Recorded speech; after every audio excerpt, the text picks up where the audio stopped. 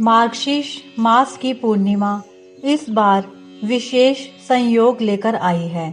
ज्योतिषी गणना के अनुसार पूर्णिमा तिथि का आरंभ शनिवार 14 दिसंबर को होगा और यह रविवार 15 दिसंबर को समाप्त होगा। स्नान दान का पुण्यकाल रविवार को रहेगा। इस दिन गंगा, यमुना या किसी पवित्र नदी में स्नान, दान और पूजा का फल कई गुना अधिक मिलता है। मान्यता है कि इस दिन किए गए दान और व्रत से पुण्य की प्राप्ति होती है और सभी कष्ट दूर होते हैं। इस दिन व्रत करने वाले जातक को भगवान सत्यनारायण की कथा सुननी व पढ़नी चाहिए, तभी यह व्रत पूर्ण माना जाता है। मार्गशीर्ष पूर्णिमा व्रत कथा। काशीपुर नगर के एक गरीब ब्राह्मण को भिक्षा मांगते देखकर भगवान विष्णु जी ने स्वयं ही एक बूढ़े ब्राह्मण के रूप में उस निर्धन ब्राह्मण के पास गए और कहने लगे, हे विप्रे, श्री सत्यनारायण भगवान मनवांचित फल देने वाले हैं। तुम उनका व्रत पूजन करो, जिसे करने से मनुष्य सब प्रकार के दुखों से मुक्त हो जाता है।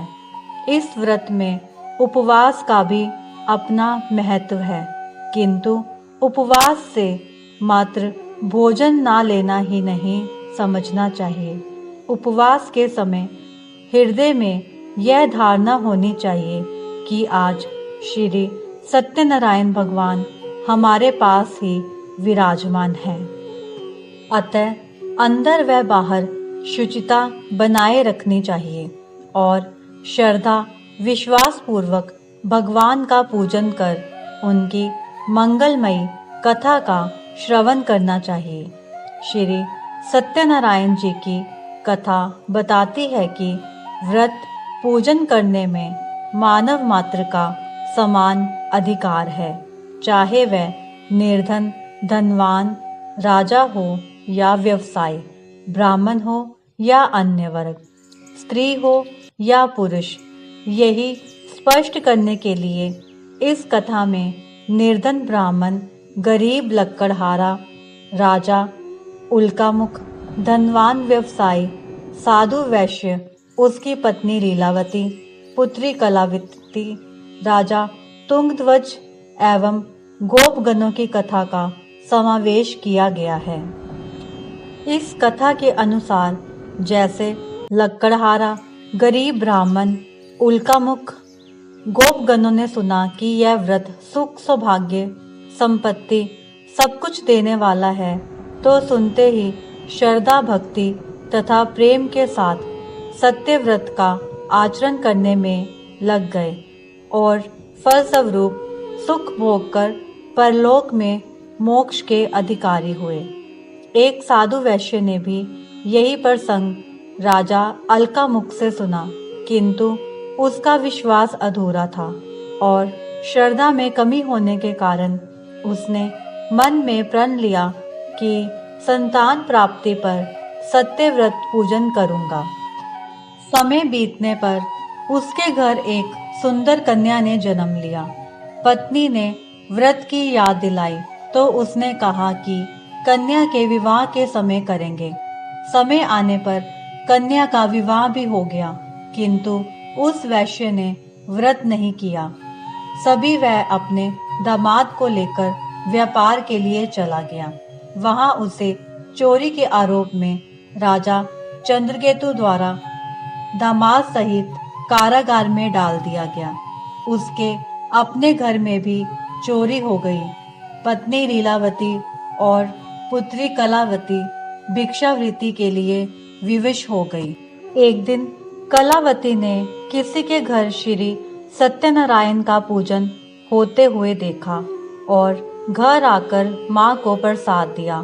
तब माँ ने अगले दिन श्रद्धा से व्रत पूजन कर भगवान से पति और दामाद के शीघ्र वापस आने का वरदान मांगा। श्री हरि प्रसन्न हो गए और स्वप्न में राजा को कह दिया कि वह दोनों बंदियों को छोड़ दे, क्योंकि वह निर्दोष है। राजा ने अगली सुबह उनका धन धान्य तथा प्रचुर द्रव्य देकर उन्हें विदा किया। घर आकर पूर्णिमा और संक्रांति को सत्यव्रत का जीवन भर आयोजन करता रहा। परिणाम स्वरूप उसे संसारिक सुख भोग कर मोक्ष प्राप्त हुआ।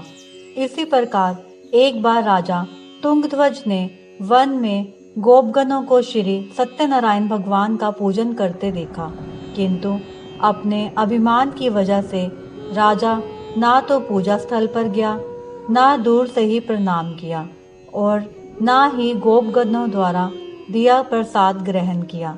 परिणाम यह हुआ कि राजा के पुत्र, धन धान्य, अश्व गजादि सब नष्ट हो गए।